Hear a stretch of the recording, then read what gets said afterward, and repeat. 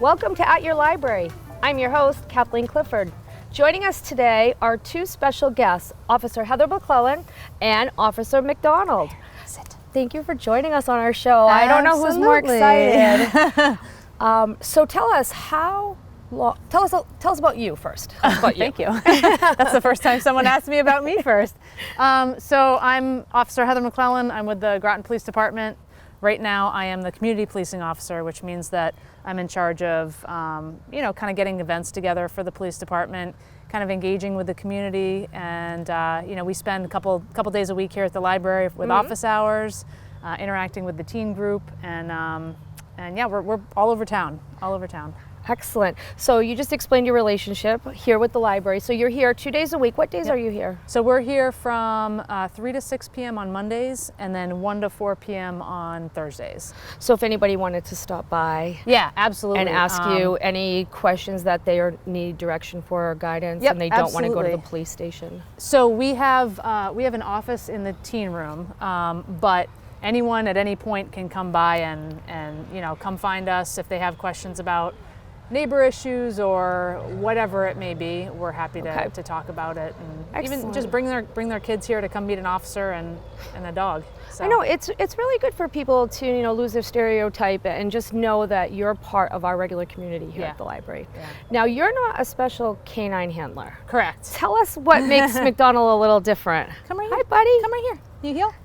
That's it. Sit. Good boy. So McDonald is a police service dog. So kind of everything that you know about police dogs in the way they can track people, they can identify narcotics and accelerants. They apprehend suspects with biting them sometimes. So all of that stuff he doesn't do. The most amazing thing that he could sniff out is probably a cookie. So with that said, I mean, he provides a huge service to our police department in that he's a therapeutic component for us. And police officers experience stress on a daily basis, and having him in our police department and having him come through dispatch, our emergency communication center, and then bringing him to the fire departments, the ambulance houses, and just letting people be around him is therapeutic. And I think the staff here at the library has also seen that. So. I know that when he comes in, I personally feel my blood pressure goes up. And he's just so awesome and loving. Yeah. So where did he come from? Yeah, so he's from Puppies Behind Bars, and it's a nonprofit organization based out of Manhattan. And they basically they work with some of the prisons in upstate New York and New Jersey, and they have the inmates who are in these facilities. Most of them are maximum security facilities. Train the dogs for 2 years. Okay. They're trained on 90 commands, and they're training them to be of assistance to someone with PTSD. So someone who experienced a lot of stress or a traumatic incident, and now these dogs are helping either military vets or first responders who can use a dog. Right. So Puppies Behind Bars was awesome. They donated McDonald to us 100%. Really? Yep, they had me come down and train with him at the facility. And so they're an organization that's all about kind of paying it forward and helping rehabilitate the inmates through the program, and having them kind of make the most out of their time and giving them an opportunity to change somebody else's life. Right, and give back a little bit. Now, you were there for a few weeks, and then you had the graduating ceremony. Yes. How special was that? That was awesome. The graduation was really cool for a lot of reasons. So it was the culmination of his 2 years of experience and training with one particular inmate, but the group also is part of that training. So for him it was huge. It was kind of celebrating his 2 years of working hard, and then it was at the end of my 2 weeks of training with the inmate that trained him, and all the other inmates that were part of the process. Not to mention the fact that he is named after a detective from the NYPD that was shot in the line of duty. He was quadriplegic from the event, and then went on to forgive his attacker, and also spoke with the women during his 30 years of living and preaching forgiveness and rehabilitation. He spoke with actually the women in this program and talk to them about, what they're doing and how they're making things better.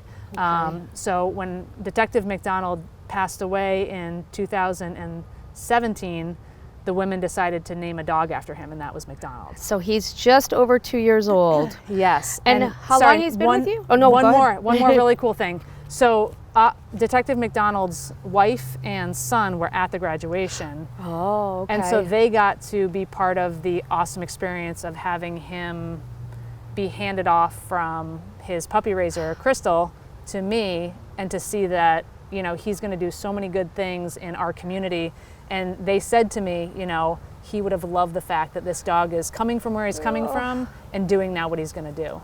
Wow. So yeah. Hey, that is very special. It was awesome. Yeah. About how many dogs did they graduate? So we graduated a group of 6. Okay. But in addition to those 6, there's also different stages of puppies that are being trained within that group. So there were, at any given time, probably 20 dogs in the classroom. Wow. Along with all the puppy raisers and the trainers and us. And that varied from like 10 months old to 2 years old.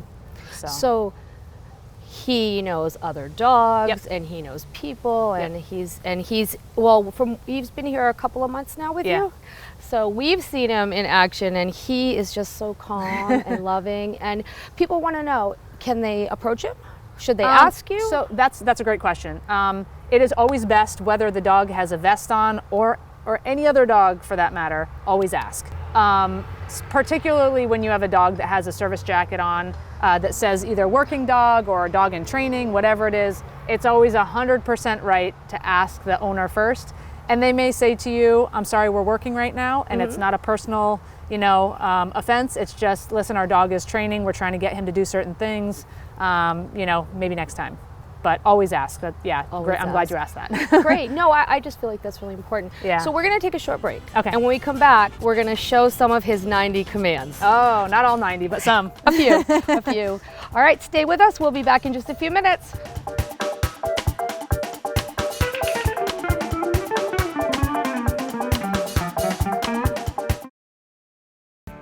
My part-time service in the Army National Guard makes it possible for me to be more for the community I call home. I'm a better neighbor because my service has taught me how important it is to be a team player. My training helps me in my classes when I must give attention to detail to the task at hand. My service in the Army National Guard allows me to keep my community and those I care about safe from threats. Learn more about how you too can live and serve part-time close to home by visiting nationalguard.com. Each year, there are more than a dozen significant tropical and winter storms that threaten the East Coast. So chances are there will be more hurricanes and blizzards near here again. And between school, sports, and social lives, chances are you won't be with your kids when it happens. Will they know what to do? Ready.gov/kids has all the educational tools and information to make the conversation easy. When the time comes, chances are they'll feel prepared, not scared. So talk with your family today. I try to keep up with what these young people is doing and knowing. I was at work and I just got a text from a number that I didn't know. I sent him a text. He texts me back and say, "Who dis?" And I just thought that was the funniest thing. The next few weeks, she just made fun of me, like would answer the door and say, "Who dis?" Who dis? Drop off a warm meal and get more than you expect. Volunteer at americaletsdolunch.org. America, let's do lunch.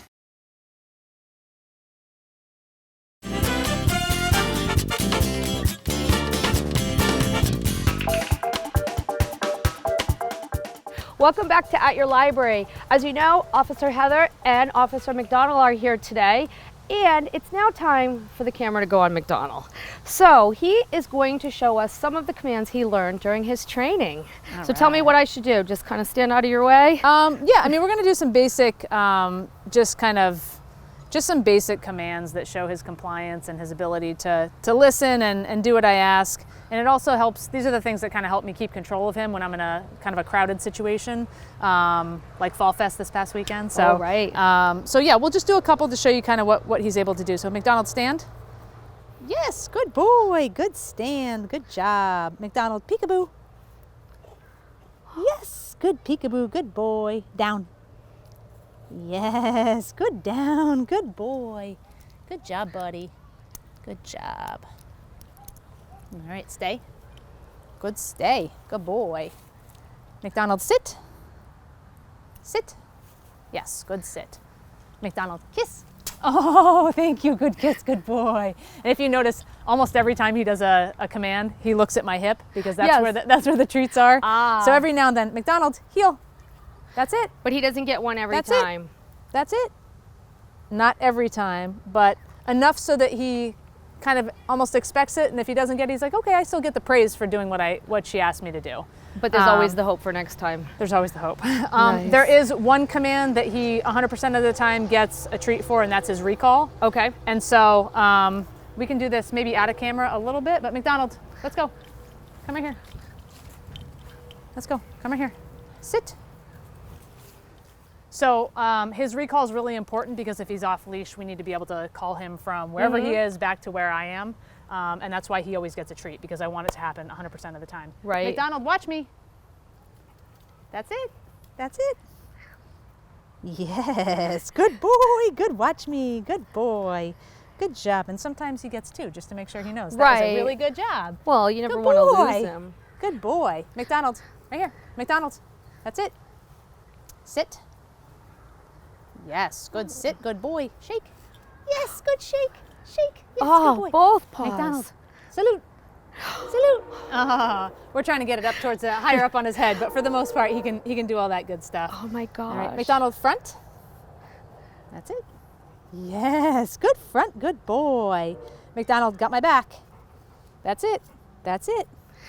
That's it. Yes. So I use that. So that's a command that, you know, for someone with PTSD to have the kind of confidence that if they're out in public and they want their dog to kind of like see behind them and then know if somebody's coming up behind them, you know, he'll wag his tail a little bit to show like, oh, there's somebody coming, like there's some stimulus there. So this is like having their back, giving them the peace of mind that they can kind of do what they want to do, maybe at a grocery store, and just know that if they see that tail wag, okay, maybe I can turn around and see what's going on. I can only imagine the comfort that brings somebody. Yeah. Wow. It was really cool because a couple of the other people that we trained with were military vets. And so they had seen a lot of combat, and they'd gone through some incredible traumas that, you know, I can't even imagine. Right. And so for them, getting this dog was now the ability for them to kind of live their life again and feel reclaim that again. Yeah, exactly. So so yeah, they're amazing animals. They really are. What have you noticed in the small time he's been with you? What kind of impact has he had in the community already? Yeah, I mean, it's amazing that now wherever we go, because of kind of some of the media that's been generated by it. I mean, we went to the mall yesterday for the Safe Futures 4K, and when I walked in the door, people were calling out his name who had never met him before, but who had seen him on TV and read articles about him. So it's pretty cool that, you know, he's our icebreaker for the police department. You know, I can walk in somewhere in uniform, but they don't see me, they see him. Sorry about that. I'm fine with that. Trust me, I'm fine with that. But he's also, I think one of the other big things he did was helping out the victims' services in the courthouse. You know, with people, victims' families who are going through a tremendous loss and going through the court process. You know, we'll go in and just kind of be there for the families. And, you know, when they're dog lovers, it's, you know, a dog lover is just a perfect match because he can just kind of do his magic in there and, you know, help people kind of maybe get distracted a little bit from the stuff that they're having to deal with, but also just, you know, really feel better about everything. So he lives with you all the time? Yes. And do you have other pets at home? I do, yes. So we have another lab who's about 7 years old named Pinch. Okay. And then we have a kind of big dopey hound dog named Petey, who's a male who just turned 4 on Friday. Oh. And so everybody gets along. So it's a pretty cool mix. How do the other dogs feel when he goes to work every day? Probably jealous. Do they try to come? They do. Petey does. Pinch would stay on the couch and hang out there all day if she was allowed to. But Petey will come to the door and he'll kind of wait and see, is this the time that we get to all go together, or is this going to be a work day? And you know, he gets a lot of playtime. You know, thankfully I've someone who comes in and checks up on him during the day, and then because he's still young too. He's at young. 4. He needs the stimulation and everything, but no, they're handling it well. Does McDonald ever try to stay home with the other guys? No, he always wants to come with us. Really? Yeah, and so Nice. even if it's, going out to dinner, he's ready to go by the door. He's always ready to work. And so that's just kind of been ingrained in him since he was a little puppy. And so he's most comfortable around his handler. Oh, okay. You'll see, at any given point, he's always trying to like make eye contact with me to see what the next command could be, or to get some direction from me. And so I think if anything, the challenge has been trying to get him less focused on me and more focused on, other people. Right. And getting him comfortable with other people. He's still learning. He's learning. He's young, but he's learning. Do you think any of the other departments will get an Officer McDonald? I hope so. I think that this is, like EAP, like, counseling, like working out. This is just another tool for officers to use to kind of de-stress and kind of work through some of the traumas and issues that we experience. And I've actually had at least 3 or 4 other officers from different agencies reach out to me and say, that's what I want to do. Tell me how you did it. Great. So I would love to see that happen. Excellent. Well, you said you got a lot of media attention. Of course, this here at your library is your favorite, right? The most Absolutely important your one. favorite. I know he's going to be on some other TV, and he's already been in the newspaper. Yep. And do you have more planned, or are you going to just kind of blend in now? This is the grand finale. All right, here excellent. at the library. So yeah, I think we're ready to just kind of settle in and like do the work. Just get to work. Excellent. So, well, thank you both so much for being on our show. Again, you can come by and see McDonald 2 times a week here on Mondays and Thursdays. You can always call the library for more information. This has been At Your Library. Thanks for checking in.